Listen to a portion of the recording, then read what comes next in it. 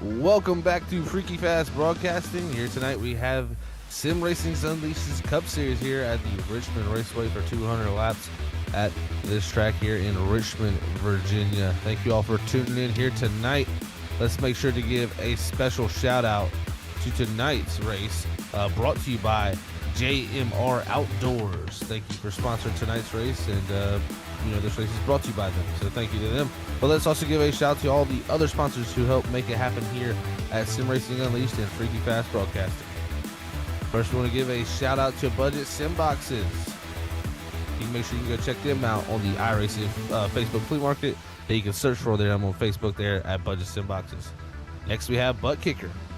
Make sure you hit their website up at ButtKicker.com, and you can use our promo code FreakyFast20 to get 20% off of any purchase there at ButtKicker.com, as they got many sim racing products that you can use for many various types of games that are synced up with no additional software required. We also want to give a shout out to Maconi Setup Shop, the official setup shop of the Richmond Raceway esports team. Make sure you head on over to their website at MaconiSetupShop.com today, where you can use our promo code FFB10 to get 10% off of any purchase there of a setup. And also, we have a giveaway going on right now for professional coaching lessons from their drivers there at the Maconi Setup Shop. So make sure you enter that giveaway, that we have that link out in chat, and you can possibly win yourself some coaching lessons from some of the best out here in sim racing from the Maconi Setup Shop. So thank you to all the sponsors tonight who helped make it happen, as it is definitely needed to keep the lights on and everything going in the sim racing world and broadcasting business. So thank you again for them. But tonight we have one heck of a race on hand for us here, as I am Zach Hall up in the booth, joined alongside me here as always on Sunday nights is Sam Dyer, and we'll have our producer Robert Moore Jr. up in the production box. Today I'm back here at SRU. These boys are in qualifying right now for Richmond, but this track here in the next gen car will be very interesting, I think, because one of the few short tracks we've had so far this season. Yeah, we've ran two previous short tracks at Bristol and then at Phoenix, and really I would say Phoenix gave us one of the best points of view on how these cars are going to react at short tracks. It is tire wear that a lot of these drivers were worrying about in those previous races that we've had these last couple of weeks, and looking at the speed from qualifying and also into practice, our top three fastest from Phoenix was that of Mark Whitley, that of Michael Yarrow, and Hunter Hayward. All three of those drivers still looking extremely quick here at Richmond, and I think those three are going to be the key factors, drivers to watch out for here tonight. Yeah, I think you're exactly right, Sam. You alluded to the Phoenix race, the tire wear. I'm not unsure. I'm unsure if we are having that same, like almost everybody's going to blow a tire situation is going to happen here tonight. I think they had a few setup issues there at Richmond, they believe, that may have caused those, or not Richmond, sorry, at Phoenix, that may have caused those issues. So maybe that's sorted out here tonight at Richmond, and these cars can be driven to the full limit without having to worry about losing that right front tire throughout this race. But at the moment, some good times being put down. Like you said, some of the drivers to look out for: Mark Whitley and Michael Yarrow right now up front with 2190s. Only drivers to break into those 21-second bracket right now. Yeah, both those drivers were some of the only few drivers that broke into the 21s during practice as well. The only other driver to join them was Hunter Hayward, who was the third fastest during practice. So we'll have to wait and see if the 21, whenever we see Hunter Hayward, how fast he's going to be finding himself. But right now, 8th on the board, and it looks like not the best qualifying time for Hunter Hayward. As looking at the drivers now on track, that's that of Brandon Hartwell. 25 car has been very consistent at keeping that car just clean, and that's going to be one of the bigger factors to watch out for here tonight. Yeah, we've seen that throughout the whole entire season. Getting damage on this next-gen car has not been a good combination here, as they're continuing on putting their qualifying laps down the final 10 seconds, I believe. Anybody's got anything, they'll have to cross the line here in the next 5 seconds to see what they have. I think Whitley, though, looking to hold on to another pole position out here. That's 77, always fast in the next-gen car. This is going to be the 8th pole position for Mark Whitley this season out of 11 races, and still one of our favorites points-wise. He's our points leader coming into today's race. 32 points ahead of that of Michael Yarrow and 47 points ahead of Hunter Hayward. A dominating showing right now for Mark Whitley as he's top of the board. Here is your starting grid. And starting from that pole position is Mark Whitley. Followed alongside him on the front row is going to be Michael Yarrow in the 95 machine. Third is going to go to Steven Stempian after a good few races there in that 81 machine. Fourth is going to go to Steven Leffler. Fifth place there around your top five is going to be Brad Dell. Sixth is going to go to Brandon Hartwell. Seventh is going to be Derek Love, the rookie, followed by Hunter Hayward there in the 8th position after his win last week at Kansas. James Bryan there going to be 9th. Rounding out your top 10 is going to be Todd Neese. 11th is going to be Robbie Darnell. 12th is going to be Gino Morrow. 13th is going to be Dave Bush. 14th, Paul Cohen. 15th is going to be Jim Coleman-Sperger. And 16th is going to be Keith Hurlbut. 17th is going to be Jason Adams. 18th is going to be Mark Kajcik. As 19th is going to be, I believe that is going to go to... Oh, no, that is all. That is all. Sorry about that. That is not going to go on. No, I was looking for the 19th. There's only 18 guys. So that's your starting grid here for tonight. Yeah, only 18 drivers here tonight, but our field might diminish down to 17 because it looked like Gino Morrow disconnected during qualifying, has not reconnected yet. So for the 71 team who's in the 12th position, we're still going to wait for another 30 seconds before the grid's going to start moving, but we're waiting for that of Gino Morrow, Paul Cohen, as well as Jason Adams. Those are the three drivers that have not gotten on the grid just yet, but we've seen some drivers miss the grid and still come out with some decent finishes. So it's not completely over if you miss the grid, but certainly would put you in the hole very quickly, because if you miss the grid, you have to start on pit road. and you're not able to leave pit road until the field has crossed the start-finish line to start the race, which means you could find yourself being a lap down by the time you're back on the backstretch. That's very, very true. And we've seen a lot of drivers implore to start on pit road, especially Jason Adams in the 24 actually looks like he does grid up. I'm not sure did Paul Cohen get out there. No, so Paul did not in the 51. So yeah, Gino Morrow, Paul Cohen looks like they are not starting this race. Paul is in here in the race server, so we'll see if he grids up on pit road to start for pit road, like I said. But yeah, so 16 drivers here rolling off. Very small field we're having. 200 laps could be ran here at Richmond. And kind of Richmond known to being early on, kind of a single file one laner of a course where you want to get down low, but it just seems like the later the run goes on, the more you're able to utilize higher lanes. I mean, Zach, we got to see that a couple of weeks ago in the NAISCC Cup Series where you, as well as your teammates, were finding the outside lane, kind of preferred to get these massive runs. What about the outside lane gives you that factor to have major runs on these straightaways? Yeah, you know, it was something surprising, definitely. It kind of caught me off guard. We've had a track update through the past year here at Richmond, where before that was something we never did. You would never want to go up there. Unlike real life where they do that, they can search around this racetrack. But going up there, it's just got a little bit more banking up top. You can kind of put that right rear tire up there, and especially if you're a little bit tight and even a little bit loose off, if you get that tight condition in the center loose off, it helps that a lot. I can tell you much. To get that straight run off down the straightaways, and these straightaways are so key for setting up that next pass and get to the inside of people. Personally, was a little bit better in 3 and 4 than 1 and 2. We'll have to see if anybody can do it in the next gen car, but I tell you what, it definitely sets you up for a big run. That's when I'm getting ready to come to green flag. It's going to be Mark Whitley, Michael Yarrow, Steven Stimpian, Steven Leffler, and Brad Delph, your top 5. Pace car is off, green flag in the air, throttles down, and we are green for the JMR Outdoors 150. And they got to say for Mark Whitley, he's got to hope that he doesn't get too much roughed up. Is on the back bumper was the 81. Stimpian, a lot of speed. That 81 car trying to make the move on the inside. It looks like that of Michael Yarrow just left off that outside groove. Not very good. Watch out, wreck in the middle of the back path. Oh, and that's Hayward around in the 21 machine. He looks like he might have got a little bit of contact from, I believe, the 87. We'll have to go back and see how that all worked out. But, oh, man, I think we might have seen some lockup on the tires. I know these brakes are a lot different on these cars. We'll go back on the replay and see exactly what happened.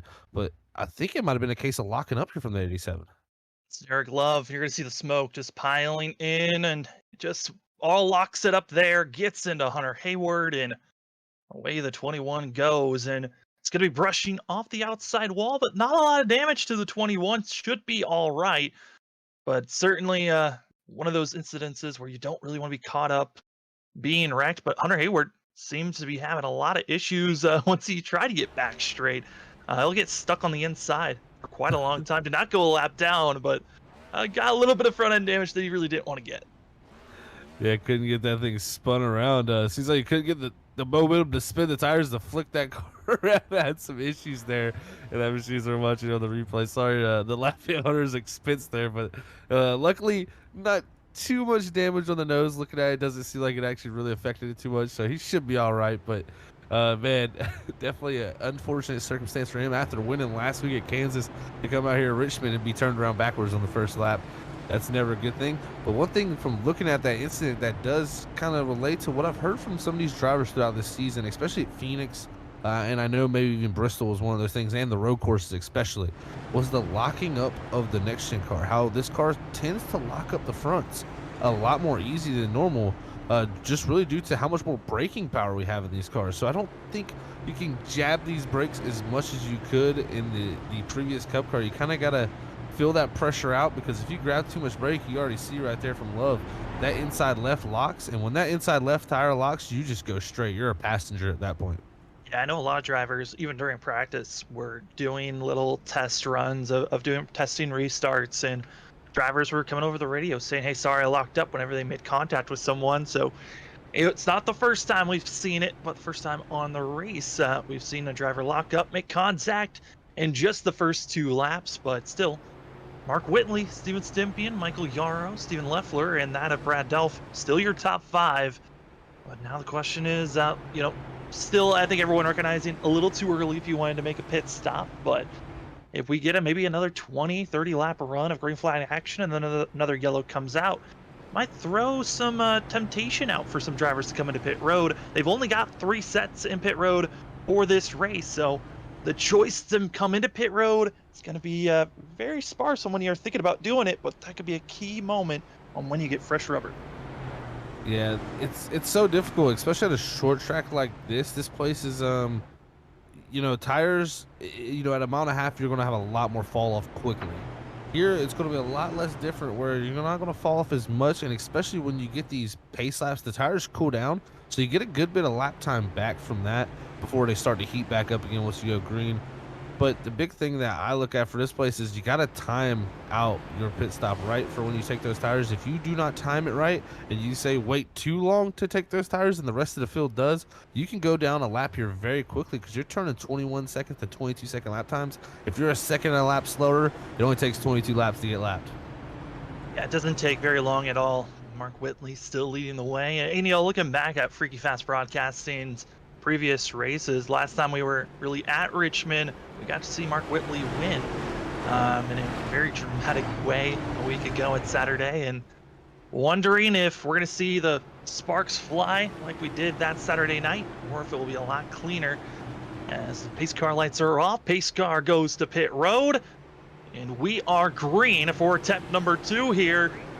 Mark Whitley, Steven Stipien side by side, and away he goes for the 77 as we're side by side for second place on back into turn number 1.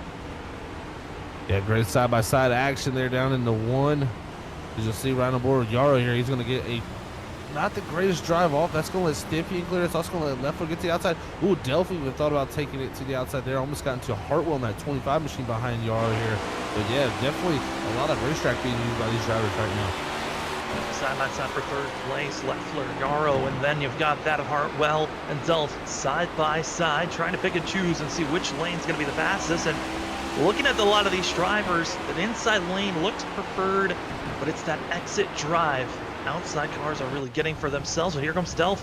Major run for himself as he's right on the back bumper of the 95. And Michael Yarrow might have had that quick for 1 lap speed.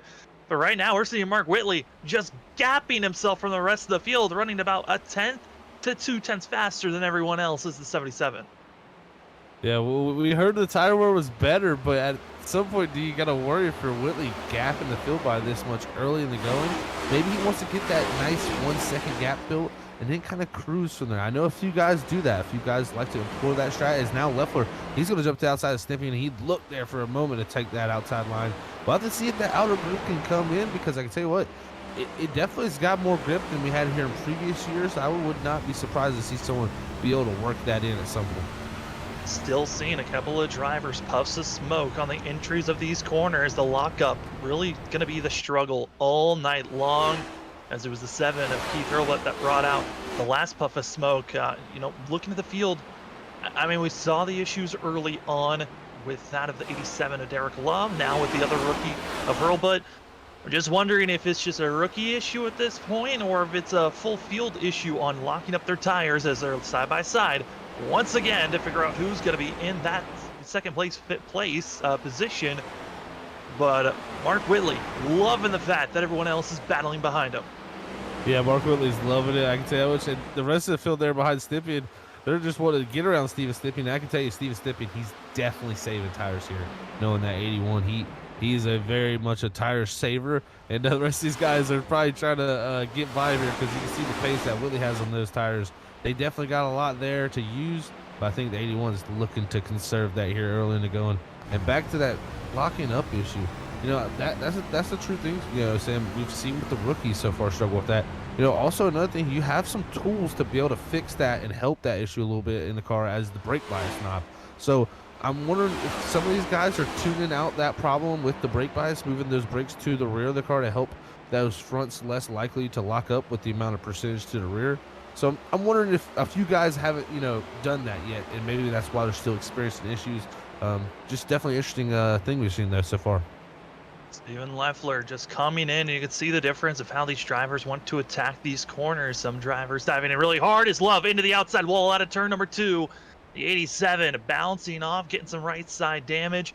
Now got Todd Neese, who is outside the one. Should easily be able to make this pass, but getting some right side damage to the 87. Got to be careful of that. But, looking at how these drivers are attacking this corners, you're seeing the drivers that come in so much harder without less brake, trying to carry more speed.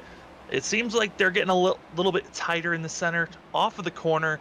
I mean, is it better to use more brake or to let off sooner? How are these drivers and how should they be attacking these corners? Yeah, it's definitely an interesting question. It really comes down to the balance of your race car. A lot of times at Richmond, you're fighting a car that really wants to over-rotate on entry. It really wants to over-rotate on exit, especially if you got a car that turns good in the center. Now, if you're fighting what these guys, I think, are fighting a little bit of tight on entry, tight in the center, and maybe even a little bit of a tight snap loose off, that where you just put so much wheel in the car that it really just wants to load up right on the exit and snap out from underneath you and just put you in the wall. Really the best thing they can do to fight that is move the brakes to the rear. The rear brake will help the car turn when you have more braking power to the rear of the car. I've already seen a few guys try to go up the racetrack also to help that condition. And also just under-driving the race car. When you're tight, if you overdrive it, you're just going to go slower. So you have to underdrive the race car to what the balance is. And I think the drivers who do that the best will keep their tires in the best condition also. Some drivers still running still. This is a smaller field than what we've been seeing for most of the season. Only 16 drivers right now in this field started this race as Gino Morrow lost connection during qualifying, did not start. And that of Paul Cohen just did not want to start in the grid. So interesting to see our field, as small as it is, coming into this race when the last couple of weeks, it's been quite a lot of drivers showing up, anywhere from 20 to 24 drivers. And seeing only 16, kind of a shock for us, especially with the amount of newcomers that were showing up these last 2 weeks, to now have everyone that's been our core group since the start of the season running strong. Closest battles that we're seeing on track right now is really our front four, from second back to that of fifth position as well. Seeing some of the drivers in the middle of the pack getting close to one another, as Hunter Hayward is up to 10th place, but still a lot of work needs to be done if he wants to be challenging for the win. Yeah, he's going to need some big help in that 21 camp if he wants to challenge for any type of win here tonight. That's for sure. About 7 seconds back from our leader, Mark Whitley, who continuously, each and every lap, has just been gapping the field. And as soon as I say continuously, each and every lap, Steven Leffler clicks off a better lap than him. But I tell you what, up to a 2.5 second lead for Whitley, 23 laps in. I would be worried, though, about the tire wear on that race car. Thinking about how they're going to play this strategy here, you're most likely not going to be able to do 100 laps here under green flag conditions. I mean, they had that caution. I think that might help them stretch it to 100, but can they make it the next 100 is the problem, because usually you're right around that 101 to 103 mark is about how far you can go, at least in the other Cup car. Yeah, I mean, the window I was making for myself was probably around 65 to 75 would be the window for most drivers if you wanted to make sure you saved a set for late in this race. But you never know. Some of these drivers we've seen have to use all 3 sets in pit road, which would mean we would probably see some drivers in the next 25 laps. Think about hitting pit road around lap 50, which wouldn't be a shocker to see if some drivers feel like, hey, I've used up my tires too much. I've got to attack. But you touched on the fact that we were starting to see Mark Whitley's times fall off. That last time by, Whitley, once again, he's starting to find that consistency, while Steven Leffler seems to be having a little bit of an inconsistency on his times that he keeps on pointing down. It's anywhere from a 10th faster than a 10th off, keeping him around the same bubble of around 22.7 to a 22.9 for that of the 72 in second place. Yeah, we'll have to see if they can start to cut into that gap. The thing is, Whitley built that gap with his tires, but at the same time, these guys are going to have to use their tires to bring that gap back down. So it's one of those things, it's kind of the ebb and flow of the cat and mouse game with saving tires with your competition. As you see Derek Love there in 87. That right side's seen better days in the 87. He's been beating up the wall there. As you see Dave Bush in the 53, he's starting to roll up to the back of him. Same with Hayward there in the 21. As these drivers continue on. Back to that pit strategy, Sam, I think you're exactly right about where these guys want to pit 60 to 75 there. I think that's a normal, good strategy. If someone wants to do a pretty big undercut. I'm looking for about lap 50 for their first pit stop. And if you're going to try to stretch it that full point, they're going to try to go to about 100 and something. So we could see three different ways of playing this. But I think right there in that 60 to 70 ballpark, I think that gives you the best chance to have the best tires if a caution does come out late in this race. Yeah, I mean, the different times for strategies also could be based on what their last times were. A lot of these drivers currently running anywhere from a full second off of their best time to only 9/10 off of their best time. So the tire wear certainly is starting to hit these drivers 30 laps into this race, almost a full second off of what their best times that they could possibly put down. But with this next gen Cup car that we're seeing here tonight, we've been seeing all season long. A lot of the drivers, when they know that there is a tire issue, it is save your tires from practically the start of the race to the end, and there's no real just send it type of a moment. Yes, you gotta. It's so tough as a driver. You want to have those full send moments where you're just driving the car to the limit all the time. But if you're doing that, it's just like a cheese grater to the tires, unfortunately, and that just builds heat, builds air pressure, and makes your balance overall a lot worse. So you gotta find that clean balance of not going too slow to save tires, but you got to find pace at the beginning without using them. It's a weird, tricky line when you play it as a driver. But I tell you, Whitley tonight, he seems so far to have mastered it because he had crazy short run speed there for a little bit. They ran even times. Now starting to stretch it back out just a little bit, trying to get that lead to about 3 seconds now. Yeah, the closest we've seen Leffler really get was about 2.3 seconds was the difference, and it is now gapped out once again at 2.8. So all that time that was gained, it has gone away once again. In this field, still starting to see, spreading out, but still tiny battles here and there. We got the battle that we're seeing on screen. These are the drivers that are battling currently for that 5th place position, where Brad Del's trying to hold off that of Hartwell and Todd Neese. And Hartwell and Neese, 2 drivers, at least for that of Hartwell, I think he's been under the radar these last 2 weeks. I mean, thinking about 3 weeks ago, he was one of the drivers that were really battling at Charlotte and also trying to be a threat at Bristol, but both at Phoenix, as well as Darlington and Kansas. It's been Hartwell in those final 50 to 20 laps. We start to see the 25 really show himself and try to be up front a little bit more. Yeah, he's a tricky one, man, for me because being from past seasons here, this guy has got so much speed, so much long run pace that I look for that every race. I'm just looking for that shining moment, say, oh, he's got it again.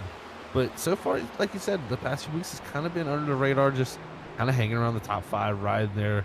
At some point, this 25 will break through in this season, though. I have that feeling. He's just right there on the cusp of it. Maybe just not getting up to grips with this new next-gen car as fast as his competition has done. One of the drivers touched on earlier on our last restart that was starting to lock up the brakes and might have been locking it up a little bit too much. The 7, Keith Hurlbut, just gone a lap down after the pass that we just saw there from Hartwell over Delph, moving himself into the top 5. But starting to see our leader. He's going to be catching up to a lot more traffic here, most likely the next 5 to 10 laps, where he'll be now trying to catch up to the 33 and the 24. Yeah, and the traffic, that could become an issue. It seems like all the way up to about the 11th position right now, he should have some decent amount of cars up here. So Whitley should be catching a few of them pretty soon, as Koscheck, like you said, is a few seconds ahead. But as you see now, Stimpy, he took the position away from Leffler to put himself back up second there, as Hurlbut now, that lap down car, going backwards, definitely hurt tires on that car. As Stimpy looks to charge past Leffler, we'll see if he can put down some better lap times now. He's got some clean air on that nose after riding behind that 72. He's been having some good times. I wouldn't be surprised to see if he could maybe put a little dent into that lead. Not at all. I mean, we're starting to see that Stimpy and Leffler and Yarrow, all 3 drivers, is 2nd through 4th, that we're seeing this battle for 2nd position. But I mean, we've got these little small packs. You got the battle for 2nd, and then we've got this battle currently for 5th place, where Delph's trying to hold off now that of Nice. That's for 6th position. And then you've got another about 2nd gap where you find that of Dave Bush as well as Hunter Hayward in there. A little bit of a scuffle between one another. Then you have to fall back another 2nd where Derek Love's all by himself. And everyone else, basically from that battle for 8th, everyone's about a 2nd or more difference from one another. until the battle for 12th position, where we got James Bryan as well as Robbie Darnell, two drivers that have been having absolute poor luck for themselves. For that of Bryan as well as Darnell. Bryan had a very sneaky move in charge that he could have tried to do a couple of weeks ago. Had some fast cars, but caught up in some issues as Hunter Hayward now trying to make the pass. A little bit of wiggle there for the 21. Trying to make the move to get into 8th position. Yeah, I'm surprised this 21 hasn't been stronger. He gets by his teammate Dave Bush there up to 9th. Or actually, sorry, up to 8th now in that 21 machine. It's just not been the greatest night after that spin. This is actually one of his better tracks, too, from past previous races here. So maybe just, again, like the next-gen car has just kind of thrown some of these guys who perform well at Richmond for a little bit of a loop. Yeah, I mean, some drivers feeling that more consistent, but I mean, there's also the factor of aero. I mean, even at short tracks, it seems like the aero factor is something to watch out for. Of if you get any type of a ding here or there, you seem to lose some speed. But right now, Hunter Hayward extremely off of what we're used to seeing. That is for sure. Yeah, and looking at it even right now on his car, Sam, he brought up the damage in the aero. He's even got some more right front damage. So I believe he's got into that wall at some point. So, yeah, these cars do seem to be very finicky when it comes to aero. Not only that, also got to remember he restarted from the back of the field after that incident. Had to pretty much restart dead last. And from there, he's had to drive through a lot of cars. And I tell you what, not only with aero from damage, following another race car, it is very tough on the tires not to burn them up and overdrive your car when you're following somebody, because you just lose so much front grip, which in turn just really eats the front tires off. So gotta stay up to par behind people, because you can really hurt your stuff. This just went over my. I didn't realize this, but with Hunter Hayward, with him having his mess, him spinning out, being taken out, then him not being able to get straight as fast as he normally would, he actually missed his opportunity to come into pit road and get any damage repair from that scuffle that he had that brought our first yellow. So he never was able to come in, get any damage repair, and none of the drivers in the back actually came in to top off with fuel, which is usually one of the strategies we see in under our first yellow. Everyone decided to stay out once that first yellow came out in the first 2 laps, but that's kind of interesting that I did not even recognize that until now. That's a very good point, Sal. I didn't even think about that. The amount of time it took him to spin it around there, he wasn't able to get the thing to pit road to get it even worked on. So still got that damage, and also with the spin, those tires, it really hurt those tires, I'm sure. So, man, he's open for some type of caution here at some point, where it's a good portion into the window for them to be able to hit pit road, get tires, get fuel, get back in a nice sequence here, because it's been a long run here for him. I imagine it's carrying on longer than he wants. Speaking of tires, we're now starting to open up into the window, or some drivers, if they decide to extremely undercut, utilize all their tires, pitting on lap 50, 100, and 150.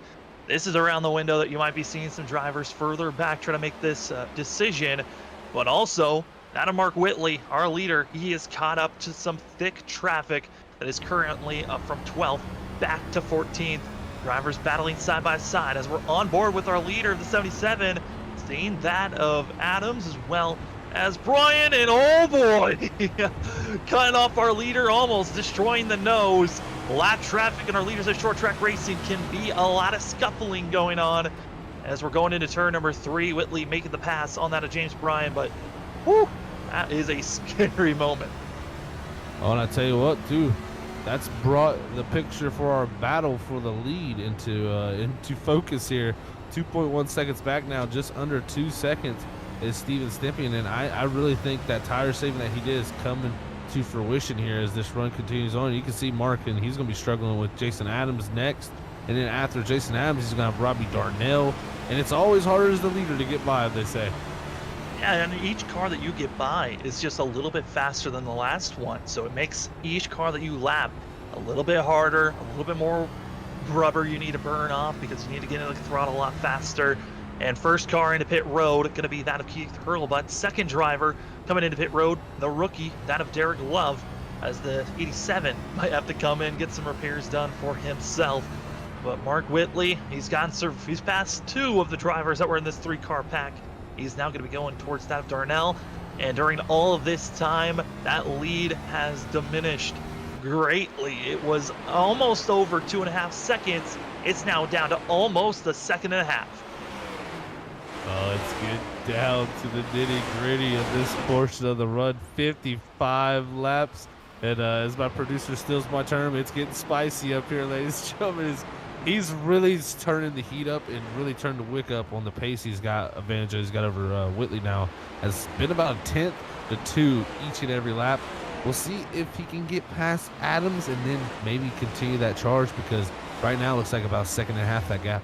Yeah, Mark Whitley, he caught up to lap traffic and it hurt him with time greatly. But now all of those drivers that we just saw Mark Whitley get by, it's Stimpion's turn, and hoping that he can get through these lap traffic very quickly. Where are some of the positions that you're hoping that you can try to avoid catching up to these lap cars?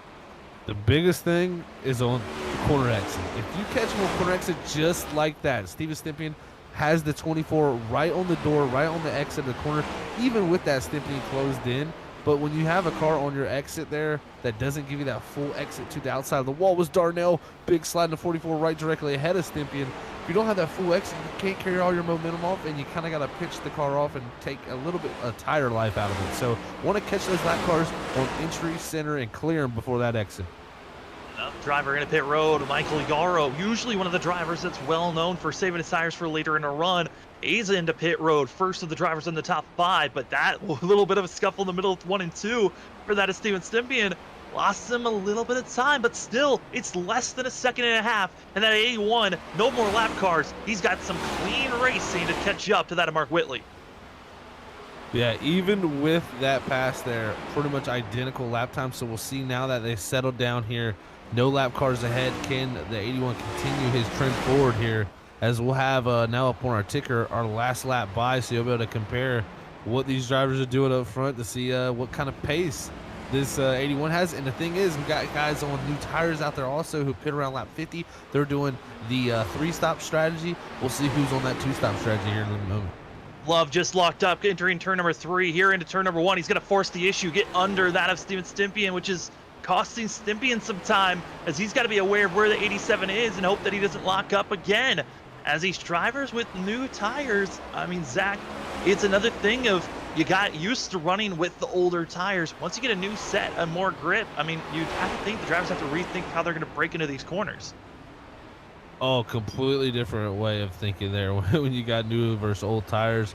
And Derek Love gets by Steven Stympion there. I can tell you what, as Steven Stympion, I can tell from just from the driver's seat, that's very frustrating when a lap car makes you lose a little bit of time to the leader. And really nothing on Derek Love. I mean, he's just trying to get the position and go on his new tires.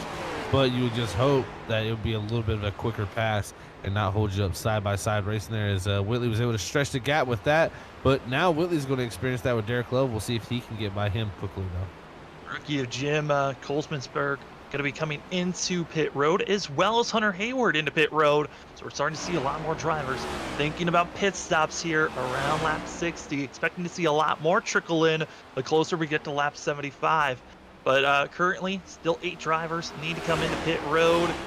And for Mark Whitley, he's catching up to some lap traffic. He just got passed by that of Love. So that's where Stympion was able to gain time, as that same issue that Stympion had, it was a lot worse for Mark Whitley, losing over 3/10. The gap now down to 1.2 seconds. Oh, man, closing that gap still down. Looks like Hayward in the 21, he leaves pit road, I believe. So a lot of guys. Oh, Darnell, yeah. I believe that was for Hayward. Or no, into the wall. Into the wall out of turn number 2. Try to get back into the throttle, and the 44 hard into the wall off the exit. And man, drivers got to be careful here. As now Busch now going to be making the pass, trying to get by that of Stympion, and you just see that right side scraped up, heavily damaged. Man, just looking at the field, everyone's got to pick and choose when they come into pit road. And, you know, Stympion gave us that information that the drivers felt like the tire wear was not as bad as it was for Phoenix, but they also were being very gentle on those tires during Phoenix, and the tire wear was that bad. These drivers being a little bit more aggressive than what we've been seeing them these last couple of weeks, which could be a factor on why we're seeing some drivers getting up into that outside wall. Oh, man, the Smoke Heat guys just unlapped themselves after they got their tires from Whitley there of Hayward and Bush. And I tell you what, Stippian took every bit of advantage of it. Here he's coming, and he's got a lot more pace right now. Also, Whitley got into the walls, got a little right front damage. It's on for the race now. Race lead underway as we're continuing to watch it. A little bit of an update. It looked like the rookie of the 19, Jim Colsmanberger, gets into Steven Leffler, burning up more rubber, and also for the 72 got into that of Michael Yarrow. But for the lead, Steven Stippian, the gap at one point was almost 3 seconds. It's now less than 2/10, right on the back bumper. The 81, he wants the lead and he wants it back. Oh, man, he had such a big run through 3 and 4 here last time. Whitley washes up. This is it. 81 with the drive off of 4. He's going to easily take the lead. This 77's right side tires are done for. He's going to have to plan out how he wants to do this next portion of the race if he wants to hang on to that 81. Just like that, Steven Stippian, who we saw holding up most of the field for those first about 25-30 laps, was just holding on, waiting so that he can make this surge to find himself up front. He had some lap cars giving him some trouble, but utterly right now, it's Steven Stippian leading the way, and Mark Whitley, he's trying his best to hold on, but those tires looking shot at the moment. Yeah, those things are done for here, especially now he's going to get the dirty air. This is going to make it even worse. I wouldn't be surprised if you see Whitley peel off here for pit road very quickly, because we're getting right there into the range of where if you pit now, you pit again at 140 or so, you got 60 to go. So it'll save you a set of tires for the end if you have a caution also. So I'm looking for somewhere around there pit stops to happen here any time now. Drivers in that 4th and also in 3rd place have been passed by drivers that have gotten fresh rubber. I'm wondering once or if they catch up to our front 2, how much will that affect our leaders on how well they can get through? But Leffler as well as Bradell into pit road for both of themselves. And of our first drivers, that of Michael Yarrow pitted extremely early with extreme undercut. He's up to 5th place now. Might have the lead once we see our front 2 going to pit road, but that fresh rubber is going to help. That is Stippian and also Whitley gain time. I'm wondering for that of Mark Whitley, he had a major lead and a gap that has now gone away, and he's now 0.8 seconds back. You're seeing a real loss of grip as he can no longer really hold that yellow line lane anymore. But for what is he going to be learning under once he comes to pit road? Into pit road, it's 77, extremely low, and gets himself down below. But what does he learn? Will we see Leffler possibly try to save more tires on this next stint? Yeah, that's the question. You know, he went out there, got a huge lead this time. Will he try to save tires though as he hit pit road? Right now, right on Stippian, Boris Stippian, I think he's going to hit pit road this time. He saw Whitley hit there. He comes down. No lockup from him. Nice and good entry here as we're right on board. No speeding, looking for coming down to pit road at 40 mile an hour. Head down to his box. 40 miles per hour. These drivers have to figure out how to slow down by 60 miles per hour in the center of the corner going into pit road. A lot of the drivers able to do so. And now the leader is that of Brandon Hartwell, who's trying his best to stay out there as long as possible. And looking at all the drivers that are pitted so far, no one has been caught with any speeding penalty currently, as we're on board with Stippian getting those right sides up. And then he's going to get the left sides done as well. But we have seen that of Derek Love being one of the only drivers to stay a little bit longer, just about a second or two, to try to get some damage repair on that 87. Everyone else has been very quick on getting themselves back out on track. As looking at the drivers that still need to pit, got about 3 of them. That of Brandon Hartwell, as well as Todd Neese, and also Robbie Darnell, which Darnell is being passed by a lot of drivers that just got fresh rubber. The 44 does not look like he's going to be able to come into pit road anytime soon with all the drivers that are running around here. I know the feeling. Trust me, you have a blown tire or you're just really on old tires trying to get down to pit road and you can't really hold the bottom. You really have a tough time as you got guys on new tires coming by. You're trying to get down to get low to get to pit road, but there's just no gaps, and you got to just sit there and wait till everybody goes by. So unfortunate for Robbie Darnell there, but you can see here, Stippian getting past the 25 of Hartwell. That's the leader. That will put them back on the lead lap there as he's going to try to chase down Whitley, who was able to jump ahead of him there after that 1 lap undercut. But I tell you, Whitley, though, he's flirting with the wall on exit each time. He knows that 81 is coming for that win. Just trying to look at the times that these drivers are putting down. If Michael Yarrow he is currently, by the time that they came into pit road and came out, it's about an 11, 12-second difference between Michael Yarrow and Mark Whitley, of the driver that pitted early 23 laps ago and Whitley that just pitted 4 laps ago. That's a major gap of trying to undercut someone. We know it's going to disappear very quickly, but that is quite a large gap that if Michael Yarrow continues on this pace, he might be able to make this strategy work with pitting so early than everyone else. Yeah, and also with such little fall off we're seeing. We're only seeing about a second and a half of fall off really throughout this whole entire race, especially with our leaders. So really, you know, it could play out very well for him there. I mean, it could come down to him being able to undercut his way with the extra pit stop to the win. That of Hartwell going to be now going into pit road, getting service done. The last driver to make this first pit stop, and just like that, we are done with our first pit stop of the day.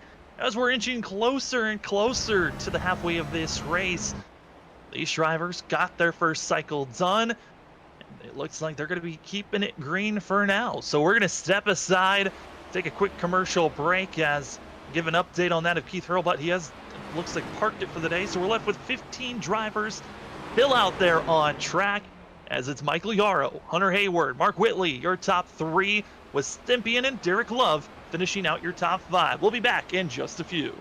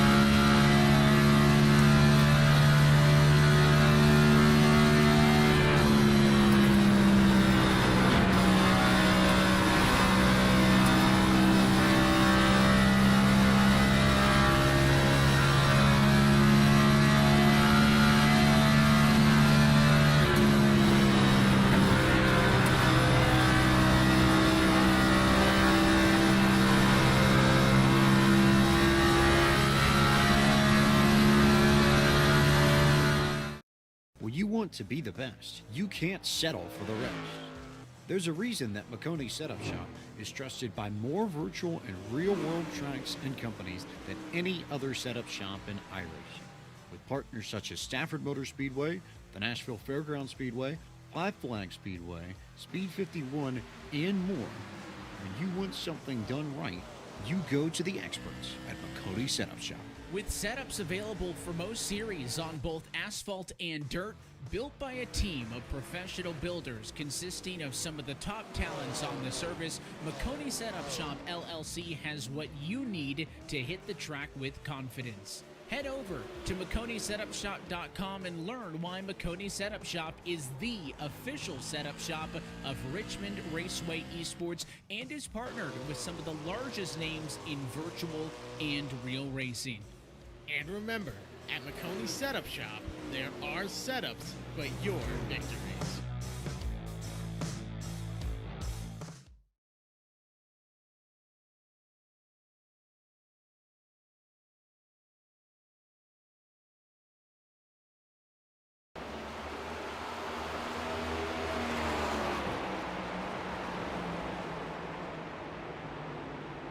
Welcome, ladies and gentlemen, to the Sim Racing Unleashed Next Gen Cup Series for the JMR Outdoor 150 here at Richmond. Things are kicking up, lap traffic, and our leaders getting a little mixy as we've been seeing on this commercial break. Been watching the drivers in the middle of the field, but Robbie Darnell got bumped from Mark Whitley. Darnell gave a little bit of a retaliation. But lap traffic crushing with lead lap cars, but it has been a fun thing to watch as Steven Stympian is almost about a half a second back, but he's trapped with this lap traffic. We'll see if any of them want to just get out of the way and race the leaders, but you've got the leaders that are racing one another, as well as that Jason Adams and Robbie Darnell, the 44 and the 24. They're racing for position as well. My name is Sam Dyer. With me is Zach Paul, Robert A. Moyer in the background, running productions, and it's getting crazy. As Zach, Stympian's stuck in a hornet's nest. Yeah, Darnell and Adam. I mean, mostly Darnell. Darnell has been, he's been feisty tonight. As Stympian there almost having fireworks fly with that 44. It's got, those guys are racing for their own race also. But at the same time, the leaders up front, that's frustrating. When you're a driver, you get stuck behind that, you lose time to the guy you're battling all night with. It just, you go back and remember those little things like that. And you can't, though, get your mind track off of what you've been doing all night. Stympian's been the fastest car on the long runs. He's got to keep that in mind here, that these guys need to go pretty far still. Yeah, Todd Neese was trying to lead the group of Steven Stympian. Best of his abilities currently in the first car, a lap down in that lucky dog position. Our top five, Mark Whitley, Steven Stympian, Michael Yarrow with Stephen Leffler, and Hunter Hayward has moved into the top five. What a charge we've been seeing from this 21. He undercutted the same as that of Yarrow, which has worked out, but you're starting to see the speed starting to drip back because that of Brandon Hartwell, Hayes might be 9.5 seconds back from Hunter Hayward, but he's got 20 lap fresher tires than that 21. And the question is also, when did he hit pit road? So he wasn't able to get to 100, was he? No. So that is, so around 80 for Hartwell. So we'll see if he can get back up to Hayward. But Hayward, great job to get back to the top five for that spin early to go. Absolutely. I think we're expecting some of these drivers that did the undercut pit stop to be coming into pit shortly here as James Bryan. He is kind of starting back up all the drivers that undercutted earlier, but currently 3 laps down for the 52. But the drivers that are on the lead lap that might be thinking about coming to pit road, Derek Love, as well as Michael Yarrow, who's in 3rd position, might be thinking about pit road. As I say that though, Derek Love coming in to pit road for himself. Michael Yarrow might be seeing this driver come in the next about 3 to 8 laps or so for that of the 95. Yeah, I think that's going to be happening pretty soon. But looking at it too, Sam, really, it's not going to be that bad for him. Only 3.9 seconds back from Whitley with this first undercut. He could end up being placed even farther ahead for the next time. We'll have to see. So it could all work out in the end, but the only other thing is he's still got to make another pit stop at 150. We'll just see how it all cycles out because they'll have the freshest tires when it comes down to the very end of this thing. They're going to have to be the ones running back down to 77. Yeah, I mean, completely right now, he's losing time, but from the time that he got out of pit road compared to when Mark Whitley and Stympian came out of pit road, it was a net gain for the 95 if you're looking at it currently, because he was about almost 8 seconds back before he went into pit road the first time. So the 95 doing everything in his power, but it certainly is a mad dash in the middle of the field. Watching that of Mark Whitley, now going to be putting Busch a lap down, bringing us with only 7 drivers on the lead lap. And right now, Mark Whitley, the next driver he's going to go after is that of Brad Delph, who's about 4 seconds ahead of these drivers that we just found the 77 pass. Yeah, and it's almost the Jaws music kicking in right here for Mark Whitley as he sees the 81 close in. Now the question is, though, did Mark play this one better? Has Stympian used more tire this time? It's easy to get ahead of yourself in these races and overstep your thought process of what you saved tires the first time. You go out there and you say, oh, man, I'm doing so well. And you drive the car a little bit too hard, and that second run, you suffer from it. We'll have to see here. But I tell you what, Steven Stympian, if I know anything about this driver, he definitely don't forget about saving tires. That's all of his mindset when it comes to these races. He's going to be in a good spot here in a few laps. Yeah, I mean, our front two, they are keeping it close, and it was Mark Whitley that pitted first, so a 1-lap advantage goes to Steven Stympian. But for Steven, that first run, he let that of Mark Whitley just go for the first 28 laps, and then he came back, made the charge, easily made the pass for the lead. But now Stympian, you're starting to see it's a little bit different this go around, because it looks like the 81, yes, he's right on the back bumper of Mark Whitley, but it just doesn't seem like he's got enough go in the rear tires to really make this launch out of the corners to make the pass on that of Mark Whitley. Or he might be thinking for the long term on when he wants to go in, as Michael Yarrow, who was in 3rd position, comes into pit road. Of our top 5 drivers, Michael Yarrow has been on the extreme undercut for most of these drivers. He does it once again. We'll see how that undercut works out once these guys get to their next pit stop sequence for the 2 stoppers compared to the 3 stoppers. But at the moment, like you said, Stympian, he isn't really doing, trying to put too much, it seems like, pressure on the exits. It seems like he gets really close to the entry and center, and Mark will kind of pull away on the corners. So I think Stympian here is waiting for a moment. We'll see, like last time, Mark got tight, and it was an easy pass for Stympian. I think maybe that's what he's trying to pressure him into here, as we're looking at Hayward. He's still here in the top 4 position, and I tell you, it's a big net gain for him there. He pitted at lap 60. He'll be coming up to that 120 mark, only about 12 seconds back from our leader. I believe he was about 18 to 19 seconds back when he pitted. Yeah, and then it's going to be putting that of Hunter Hayward in a spot where he might think about pitting with about 180 laps into this race with 20 to go. So it's going to be a tough task here when you're making these undercut moves, especially when you pit after lap 50. You then got to think of the math of, okay, am I good to only make this race a 2-stop race, or do I need to make it a 3-stop race? For that of Yarrow as well as Love, they already have made their bet. This race is forcing them into making this thing a three pit stop race. For everyone else, they're aiming just to make this race 1 more pit stop, and that's for all the drivers currently in our top 8. They're gaining on the fact that banking on this race stays green. They don't have to worry about pitting here for another, most likely for a lot of them, at least for another 20 to 25 laps. It'll be interesting to see. It looks like Hayward coming in this time on 115. So comes in even earlier on this stop here. Now, from here, he should be close enough to make it, I believe, on fuel also. So he could stretch it, but the thing is, can the tires last that long? We'll have to see. Here comes Stympian with a look to the inside on Mark Whitley.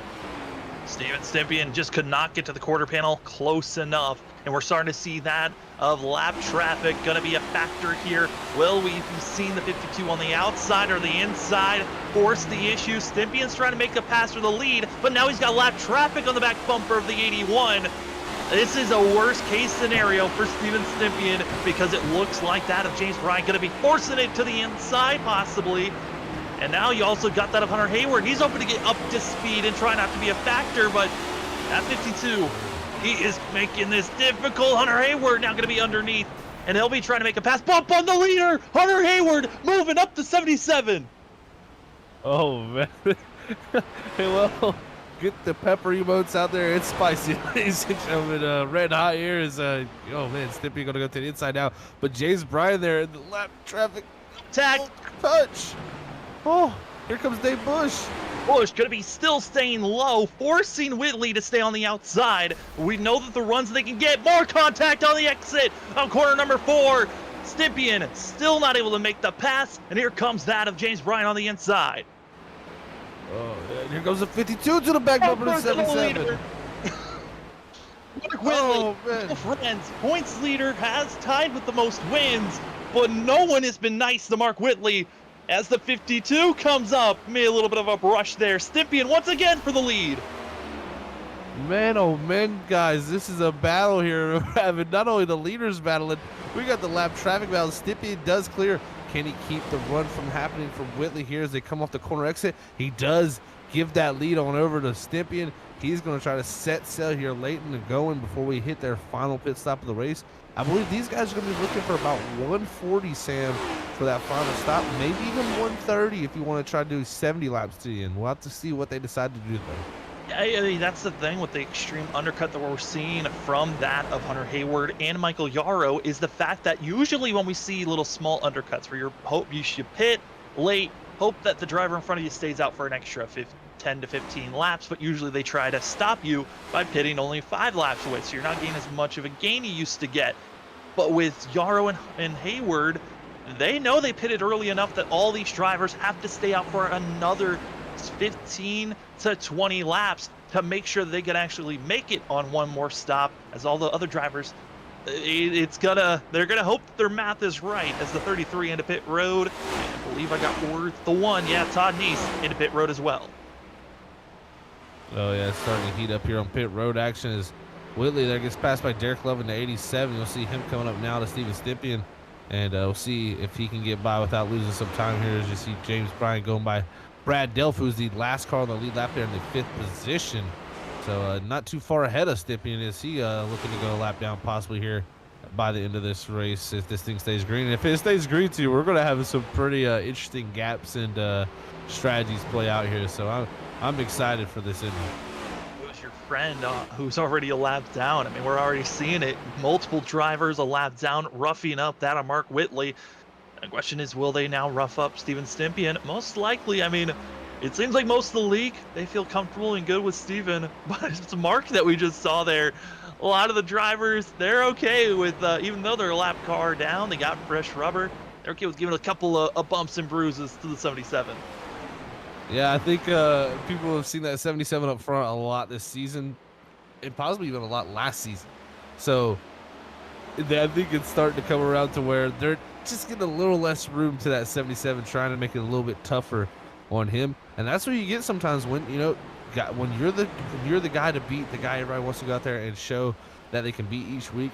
You're going to be the guy that is enemy number 1 on the racetrack. So Whitley, no friends at the moment, but I tell you what, if it comes down to a late race run where we get some cautions, he is going to be tough to beat. Now we're going to be seeing again drivers that are on very different stints of tires closing up on one another. We're on board with the 14 Brad Delph, the last car on the lead lap. As our leader, he's been caught by that of Michael Yarrow. Yarrow, goal, use this fresh rubber and build up as big of a lead as possible and hope that he can hold on and stay in the top 3. I don't think this strategy is going to work out for the 95 to win this race, but he certainly is putting his best effort to try to have a big enough lead to possibly finish in the top 3.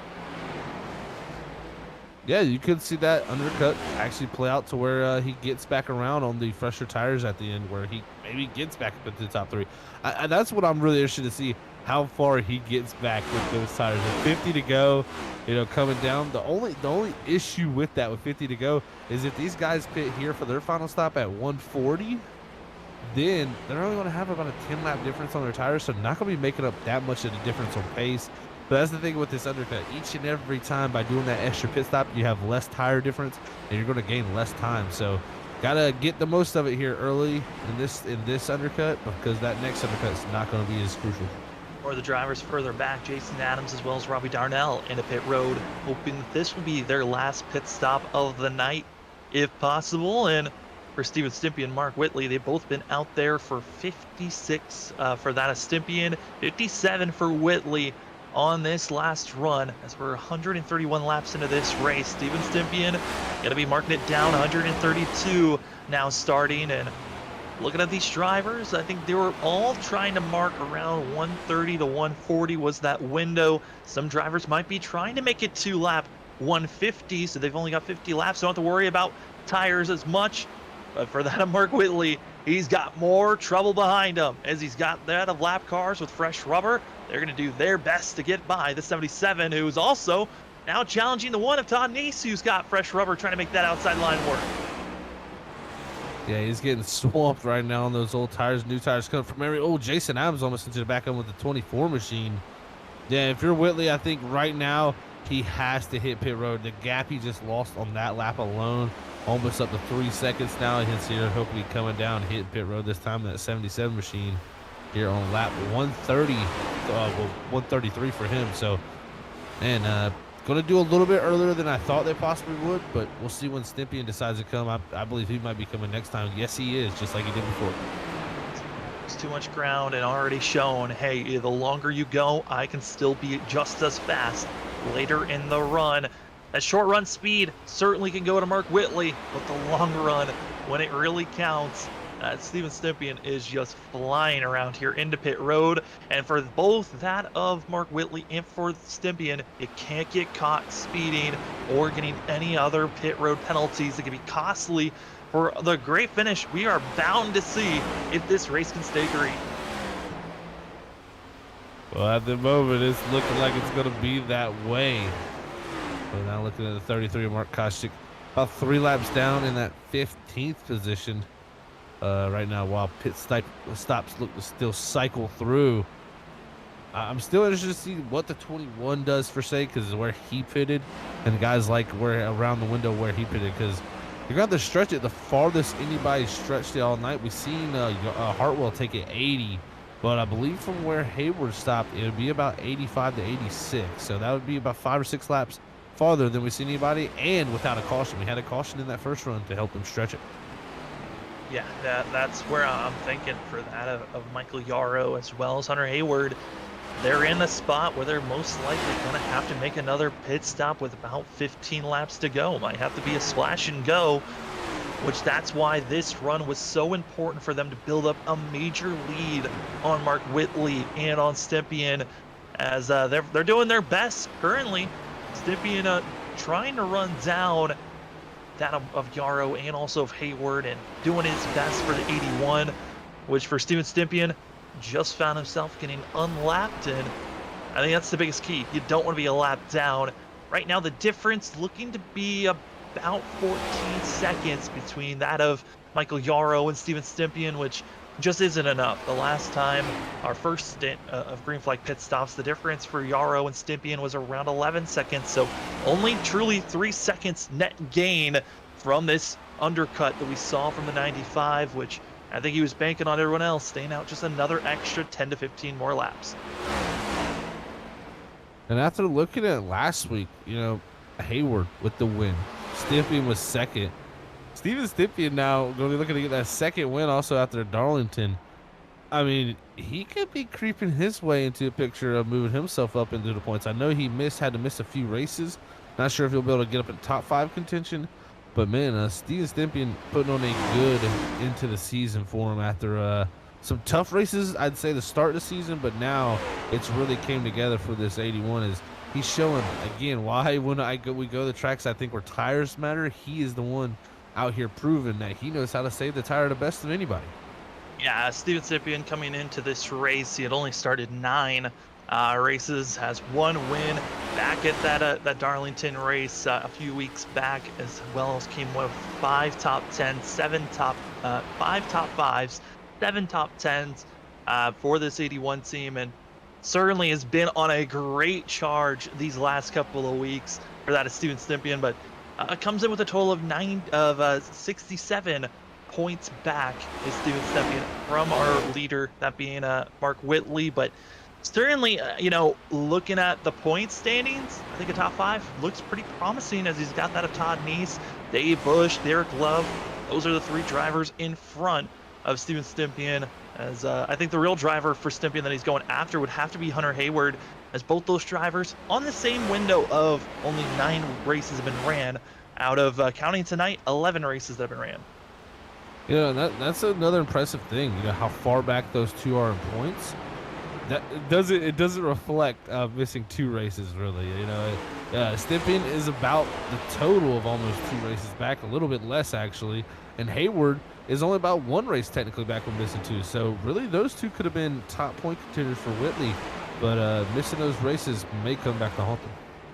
Yeah, and that's the biggest thing, is missing just 1 race, especially in this series where there is no playoffs, it looks like. So you got to make sure that you're here each and every week, and that's what we've been seeing for that of Mark Whitley, who is tied with the most wins of 4 with that of Hunter Hayward. And both those drivers been just absolutely solid on how well they've been so consistent. With that of Mark Whitley, with the 10 race starts that he's had, got a total of 6 top 5s, 8 top 10s, 4 wins. Mark Whitley's been just super consistent each and every race. Especially, looking at our top 4 in points, that being Mark Whitley, Michael Yarrow, Hunter Hayward, Stephen Leffler, all 4 of them they're tied with the most top 10s of 8. That's a very interesting stat to see how they're all tied for that. Is definitely very cool to see. And Hunter Hayward only with 9 starts having 8 top 10s. That's pretty good for him. So only 1 race missing outside the top 10 for him. And that just shows the consistency of the top level guys here at Sim Racing Unleashed. That's it shows what you got to beat when it comes down to a full race in the regular season standings, or the season standings, because no playoffs here. It really does come down to consistency for those type of championships. So they're showing that's why they're up front with those points. Absolutely, as it's Michael Yarrow still 5 seconds ahead of that of Stephen Leffler, and 6 seconds back is Mark Whitley. Our top 3, they're looking good, but only our top 4 are left on the lead lap, and based off the times that we're seeing, I think that's where they're going to be lying as we're coming to our final quarter of the race. To be seen, we're going to do 1 more step aside. When we come back, we race it to the end as Michael Yarrow trying to just let traffic go on by and try to keep himself in the top 3. We'll be right back in just a few.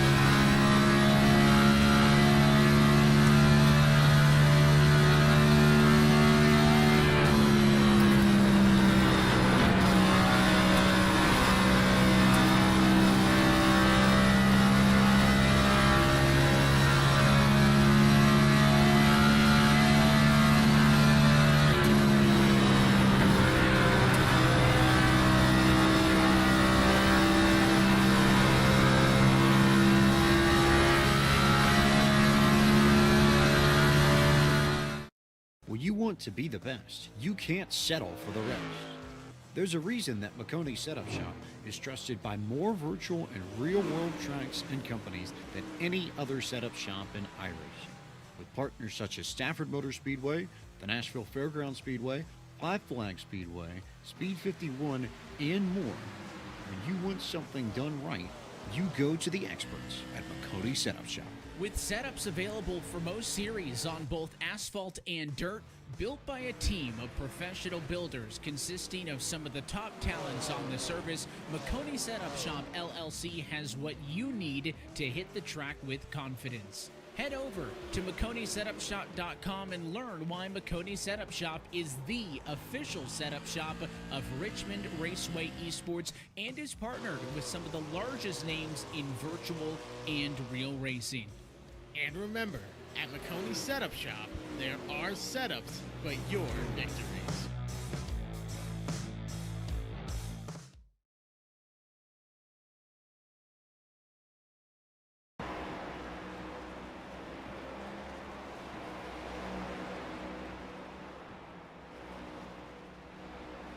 Welcome back, ladies and gentlemen, to the Sim Racing Unleashed Next Gen Cup Series here for the JMR Outdoor 150 here at Richmond.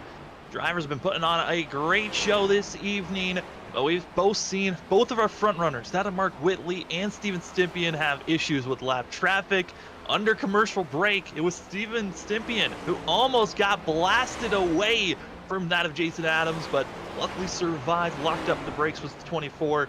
And luckily no one was involved, but we were touching on between us commentators about when were drivers going to come in pit road. Well, Michael Yarrow just answered that question. Into pit road now for the 95. Hunter Hayward probably going to be the next driver we're expecting to pit road. We saw drivers that did an extreme undercut. They knew they needed to do 3 pit stops, and now they got to hope they got enough time to try to unlap themselves and gain time on everyone else. My name is Sam Dyer. With me is Zach Hall, as well as Robert Moyer running the booth and productions. But Zach, I mean, right now Steven Stympian, he's got himself over almost a 2.5 second gap. Maybe he's running it just a little bit too hard. Yeah, he's pulled away continuously each air lap. I'm looking at lap times. I've been watching that while you're you're bringing up the pit stops here, Sam, and it's just 10th after 10th after 10th each and every lap that he clicks off, compared to Whitley, who is seemingly struggle behind now. You know, did Whitley put it in conserve mode and kind of say, play possum here, fall back a good bit, save his stuff, and make Stympian think he's already burned his stuff up? So Stympian says, I can go out here and just cruise control away. And maybe Whitley's setting up for something. As you see there on the picture, it's Stephen Leffler getting by Hunter Hayward there to put him back to 4th. And you know, Sam, this is the interesting thing for Hayward. Yarrow, who just pitted, he comes out almost, was near 2 laps down with that pit stop. He did come out only 1 lap. He'll have to get back around there. As I say that, actually, who is on pit road? I thought it was Hayward. It looked similar to him. That was not. Jim Colesmanberger coming into pit road, yeah. The 19 machine. Yeah, so he's hitting pit road there. I think Hayward, as he's Yarrow's getting by him now, so Yarrow will technically be 1 lap behind Hayward here with 30 to go on those new tires. Oh, Hayward, if I'm seeing Yarrow right there, if he pits, he doesn't have a chance to beat Yarrow. I think his only chance here to beat Yarrow and stay in 4th and hold on to that spot is by staying out. But you also got to look at Todd Neese too. Can't forget about him. Yeah, it's on Neese right now. He's just in a little bit of cruise control currently. But Hunter Hayward, he's under pressure from Derek Love, who's going to make the pass and trying to move up, gaining some time. Right now, Derek Love 2 laps down. We're left with 3 drivers, 1 lap down. That's Todd Neese, Brad Delph, as well as Michael Yarrow. Yarrow, with the freshest of tires, going to be trying to cruise his way up into the top 5. But yeah, our big question mark is Hunter Hayward. When will he come in, or will we even see Todd Neese come into pit road? Both those drivers in an undercut type of a scenario.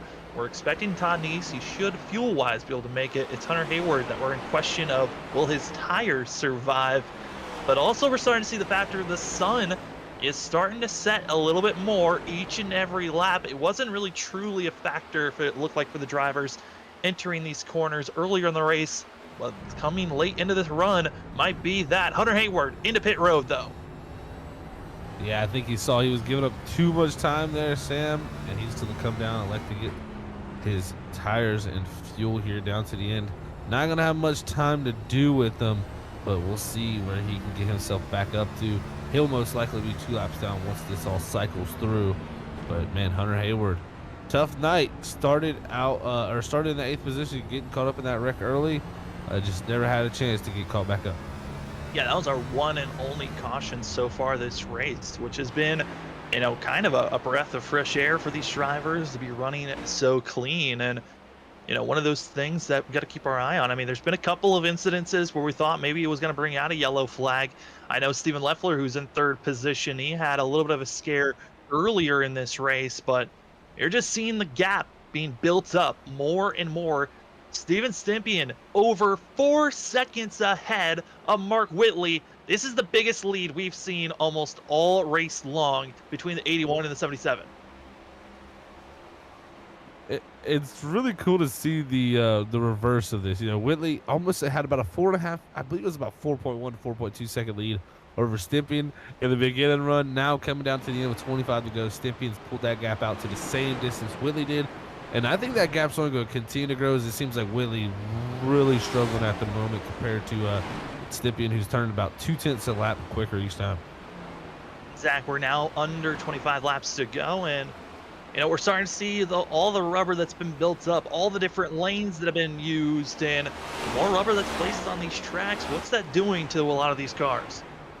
Well, rubber is going to help your tire wear situation. You know, they always had the big thing is don't be the first one to go run the high line. Really, the reason is for that is you don't have no rubber up there. So it's going to be completely just the asphalt track up there. It's going to be more abrasive than these rubbered in grooves. And right there on that bottom lane through that second groove, you can see how blackened in it is there from the rubber these tires laying into that racetrack. That not only is going to help tire wear, it's going to change the balance of these race cars a little bit. It's going to usually tend to tighten it up a little bit to give you a little bit better drive off the corners, but make the center of the corner also a little bit tighter. Those little dots you're seeing on the apron, or maybe all the way up to the wall, those are known as marbles, and what they are is little tiny rubber balls that come off. The more that you run and how hot these tires get, it just shaves off that rubber and turns into those little marble balls that are out there. And if you get up into the marbles, your car has no grit practically. You find yourself slipping and sliding. So drivers have to be careful if they go too high or too low. As Michael Yarrow, he's battling strong. He's now passed out of Mark Whitley. Next driver on his list is trying to get up to Steven Stympian to try to unlap himself. But with 20 laps to go, Stympian is still doing what he's been doing all race long, just running a 10th faster here or there. That last time by, though, 4/10 faster was Stympian over Mark Whitley. He is flying. And I'll tell you, Whitley, if he doesn't keep the pace up too well, I wouldn't be surprised if Leffler can run him down, man. I mean, it's about a 6-second gap, but he's running about 0.5, half second slower than Leffler is also. There's still more lap traffic with fresher rubbers than that of Mark Whitley in between where Leffler and Whitley are. That could cost time for Mark Whitley. I think that's been the biggest issue for the 77. It's when he's racing by himself, he's starting to gain time on Stympian, but because there's so much lap traffic around the 77 for most of this stint, he hasn't been able to truly gain time and catch up to the 81. Mark Whitley looking a little bit human here tonight, looking like he's got a shot to lose. Yeah, it's definitely looking bad in his favor in terms of pace here tonight. He's had really quick short run pace, but just seems to have the handle on the tires here late in the going, and it's really caused him to struggle and lose this grip on the race lead like he had early in the race. But you know, with the remaining races left, he really has nothing else to worry about. You know, Richmond is really the only flat, small, short racetrack that we go to.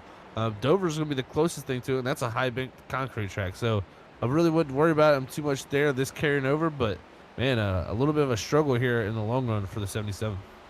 Also, drivers to watch out for, that of Michael Yarrow. He's got some lap traffic, and he's caught up to the leader, locking up the brakes, almost making contact with Steven Stympian.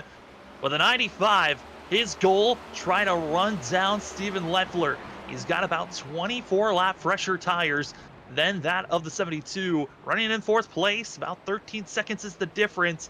And Michael Yarrow running a little bit under a second per lap, so he's got a lot of work to do, and it's a lot of lap traffic to get by, but the 95 is in complete go mode if he wants a top 3 finish.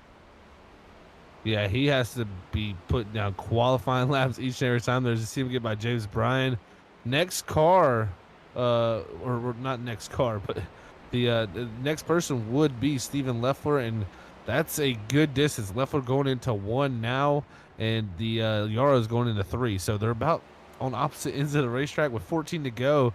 He's running lap times about 3/10 quicker only. So I just don't see it happening. That time right there, about 6/10 quicker. He's going to need a lot more of those. Yeah, you're going to have to run at least 8 to 7/10 faster per lap from this point on if Michael Yarrow wants to catch up to the 72. But for that is Steven Leffler. He is loving the battle that's going on for second place because Derek Love's been pressuring that of Mark Whitley and costing time. The difference between second and third is now less than 3.5 seconds. Yeah, but 12 to go. It's all to play for second now. 24.19 for Whitley there to a 23.48 from Leffler. Leffler right now having some of the best pace on the track with the guys on his tires. With 11 to go, can we see this 72 charge his way up there? I'm telling you what, Steven Leffler has been having a great season here. Also, after his win not too long ago at Bristol, now here at the I believe he won at Phoenix. Yeah, it was Phoenix 2 weeks ago. Yes, Phoenix. Yes, exactly. There we go. I knew it was one of the short tracks. With the win here 2 weeks ago, it's really looking bright for him also. And other drivers that are on fresh tires trying to make a charge forward. Hunter Hayward, he's just gotten to the back bumper of that of Brad of Delph. And Delph has been doing a decent job for himself, but Hunter Hayward with over 35 lap fresher tires easily makes the move in the 21 up into the top 5. A great rebound for Hunter Hayward in the 21 machine, especially with the type of night that it started out. Poor qualifying run for Hunter Hayward, then caught up, bringing out our one and only yellow after contact between himself and Derek Love. But a top 5 finish, he'll take that with the night that he's had. Yeah, that's a good recovery run for him there. Just didn't get a chance to really race it out tonight. Don't really know how much pace this 21 had. Did he have long run pace? We really don't know. So he never really got to get the damage even fixed though. So he's just had one of those races where he's had to deal with what he's had, and he's got the most out so far getting into that top 5 here. And also good for him. He got the win last week, and now his teammate looking to get a win this week. Looking at the times of all the drivers right now, Steven Stempian, it is incredible to see the type of run we've seen from this 81 team. I mean, the gap up to almost 6.5. It is over 6.5 seconds now. It just continues to grow each and every lap. This is a picture perfect type of a run for this 81 team. You touched on it during our first run on the fact that the 81 was all about saving his tires. And that is exactly what has won him this race. So the long run pace is where Steven Stempian has just dominated, as this race has been practically green all the way through, except for that one caution we had back on lap 2. Yeah, it's been the tale of the tape for him, that's for sure, as he's just been out here on cruise control really after the last pit stop of this race. He had enough long run pace to where he caught the leader before the end of the first pit stop, was able to get that lead, stretch a little bit of a gap to where he was almost dead even with that, with Whitley there, who was faster on long run pace there on that second pit stop. Then was able to really stretch the gap on that next run to where he was able to come out with the lead on this final one. And it's just been cruise control from that point. I mean, you can see he's really coming to his own this run where he's just stretched the gap continuously. And Whitley, he's getting a little bit of help right now as Leffler has had some trouble with Jason Adams and Brad Delph, but I think they'll be up to Whitley here pretty shortly here with 4 laps to go. If Leffler can just stay close, the battle for second can still happen.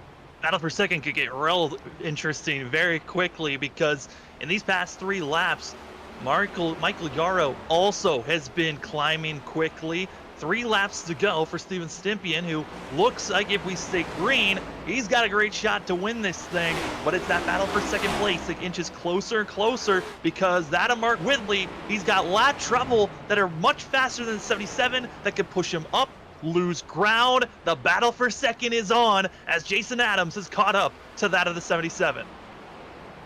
Oh, they'll be coming to 2 to go this time. Whitley going to have to be careful. Jason Adams on the apron there actually backs out of the situation there in that 24 machine. This is looking like hard racing here right in front of Leffler, who's not getting much help from these guys. Adams goes all the way to the top lane to get a run here. They'll be coming through the last lap here, white flag. I think Whitley kind of lucky this lap traffic's coming to play because it's really held Leffler up. Last lap, 1 to go, presented by Freaky Fast Broadcasting. That 1 to go spot is sponsorable. If you'd like to be on our 1 to go sponsored spot, please message us at Freaky Fast Broadcasting. But it's Steven Stympian coming out of turn number 4, the 81, a multi-time winner this season. Win number 2 goes to the 81 here at Richmond. Oh, and Leffler gets to the bumper, but Whitley gonna bring home second there. Wow, what a race there for second. Yara looks like he's gonna come home fourth, just about 4 seconds back from those guys, so a little bit short there from the 95. What a valiant effort for him to try a different strategy. But tonight, it was all about the 81. His pace was just too much to recover from for that long run. Steven Stympian in the 81 gets to burn it down 200 laps. Only 1 caution coming from a locked brakes from that of Love into Hunter Hayward. But ever since then, it was all green. The 81, Steven Stympian gets the win. We're going to step aside. When we come back, Zach Hall going to be talking to Steven Stympian, Mark Whitley, and also Steven Leffler.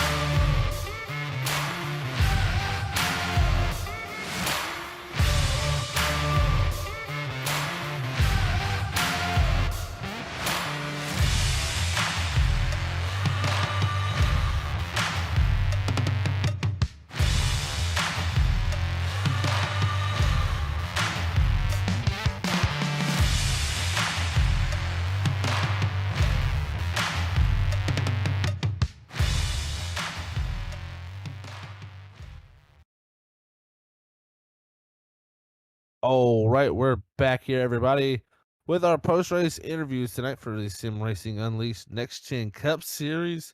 First, we got our third place man from last week also, of Steven Leffler. He gets third place here at Richmond. Been on quite a roll after his win from Phoenix. Let's hear from Steven Leffler. Hey, Steven, it's Zach up in the booth. You got a copy, man? Yeah, what's going on, Zach?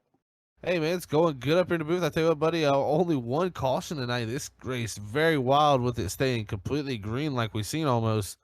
Wow, just what a battle it was all night. Lap traffic, everything. Hard racing, different strategies. It was all out there tonight, man, and you were able to bring it home for another solid top 3 finish, especially after your win at Phoenix. You've been on quite a roll, I tell you, my friend. How does it feel to come back out here and get another good run at Richmond? Yeah, I really think I could have done better tonight. The first stint, I really abused the tires on the first 20 laps of the race, and I just couldn't recover after that. But yeah, solid finish. I'm surprised I actually finished the race because I got hit twice going into 3, and I don't know how I kept it under control, kept it going straight. But yeah, it definitely made my heart skip a beat twice. So probably about 50 laps apart. I don't know if you guys caught it on the broadcast or not, but yeah, it had me shaking in my boots. I'll tell you that. But yeah, solid finish. Congrats to Stimp. You know, another good finish for him. And then, man, I almost had Whitley there at the end. So close. Yeah, that was the next point I was going to bring up. The battle there coming down to the end, you're running them down so quick. We've seen the 2 lap cars involved in there a little bit too. Do you think, that came down to be somewhat of a factor there because you were definitely, when you were all by yourself, so much quicker than that 77? Yeah, I should have been a little bit more patient once I got past Brad, because I got past him and I got a little antsy that I had to open track, and I ended up burning up my stuff the first two or three laps that I was past him, and then I drove it really deep into, I forgot whether it was 3 or 1, but I drove it really deep in and it just washed up, and I just couldn't recover after that. And I tried setting him up, but there was really nothing left in my car. I was really struggling there at the end, and as much as I would have liked them to be out of the way, I don't blame them racing for position. So good job on them for keeping it clean. But yeah, so close. Yeah, that it was, man. It was fun to watch here tonight. You guys doing battle here at the Richmond Raceway, man. Congrats on another top 3 finish, Steven. It seems like you're just reeling them off here lately, man. So congrats on that. And before we let you get out of here and head off to next week, anybody want to send a shout to, buddy? Yep, 22Q Family Foundation, Renegade Reptiles, all the other admins over here at SRU that help put the races on week by week. Of course, you guys for broadcasting it for us, giving us something to go back and watch, the day after, a couple days after, and then also letting the families and friends, everyone be able to enjoy this nice, good racing, man. And without that first caution, I think it would have been a wonderful race. But hey, to go 199 laps green after that, or 197, whatever it was, good job to everyone in the league. That was a good race, a lot of communication.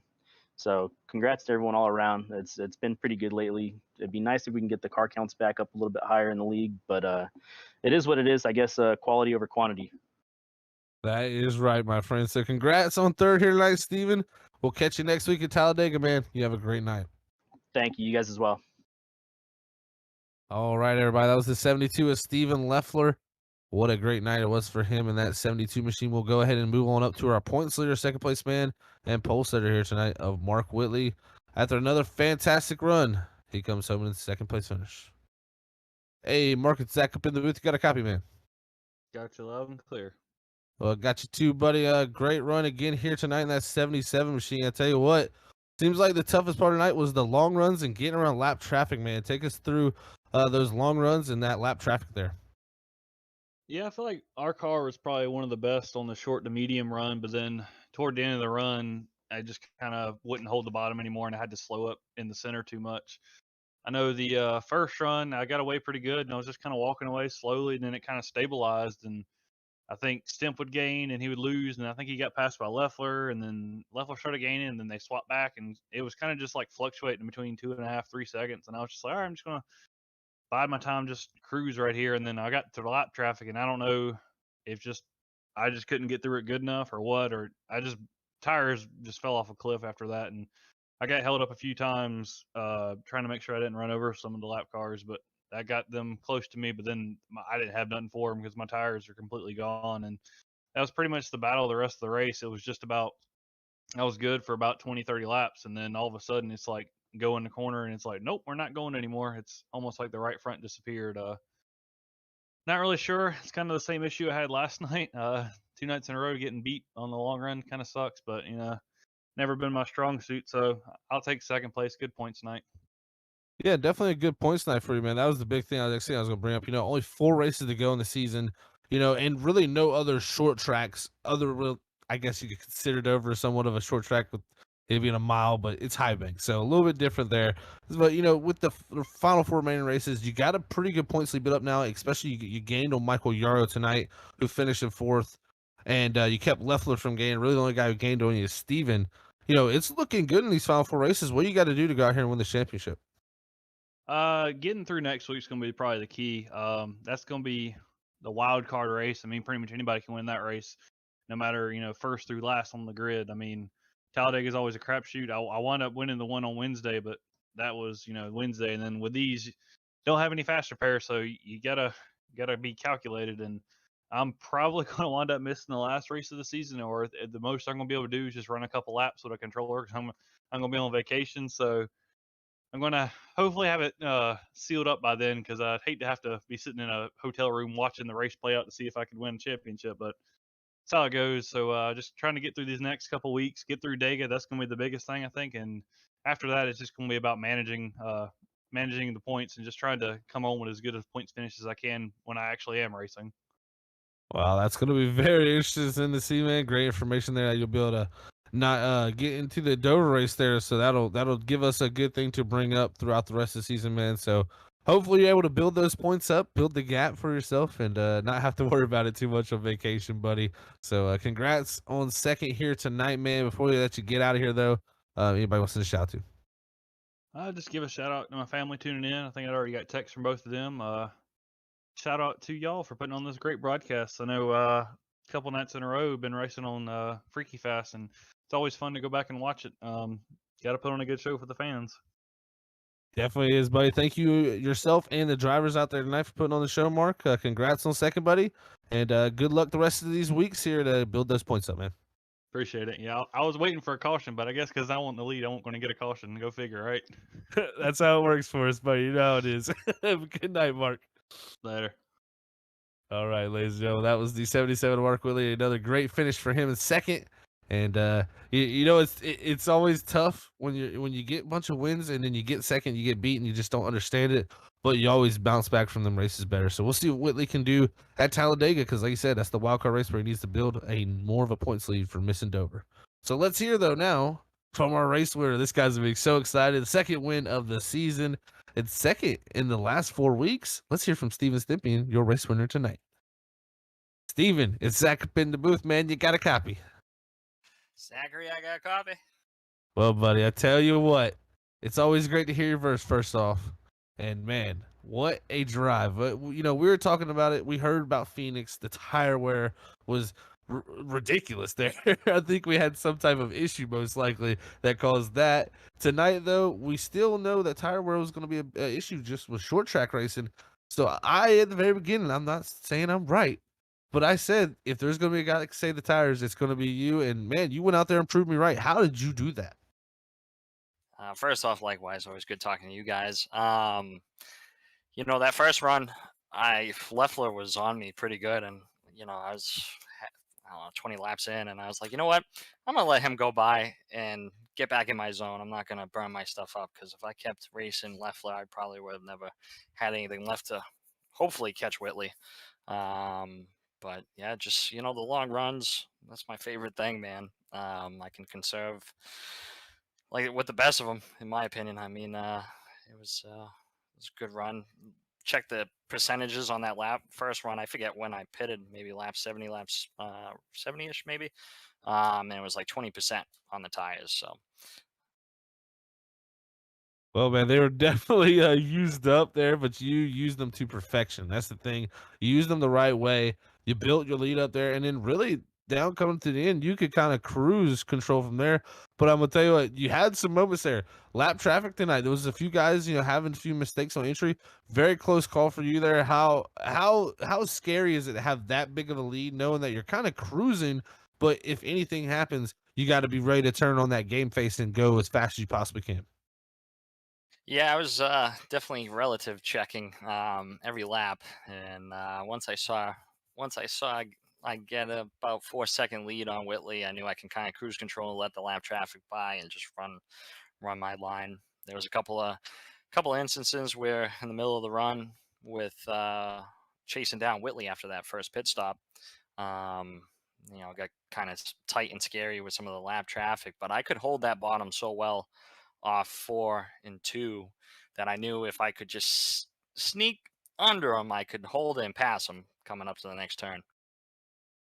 Well, man, you did a master class job here tonight. You were on top of that. Like you said, able to keep that car around the bottom where a lot of guys couldn't. They were washing right up off of it, man. So congrats on that. Again, second win this season.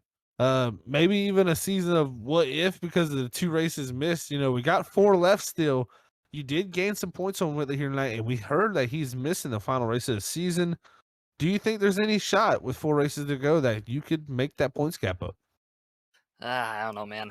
Missing that Texas race, I think did me in with. I had the baby shower that day, so I wasn't able to get back. But we'll see. You never know. I mean, you know, Talladega is a wild card race. You can try to keep it clean and stay away from trouble, try to gain some points. But just having fun out there. I think that's the biggest thing. I'm not really concerned about the points this season. My first multi-win season, actually, which is kind of awesome. So feel pretty good about that to finally get two wins in a season under my belt, because I've come close a bunch of times. Yes, you definitely have, man. So that's great to hear also. So congrats on that, Steven, man. What a night it's been for you in the 81. Just a dominant performance. One of the most dominant we've seen all year long with the long run pace you had here tonight.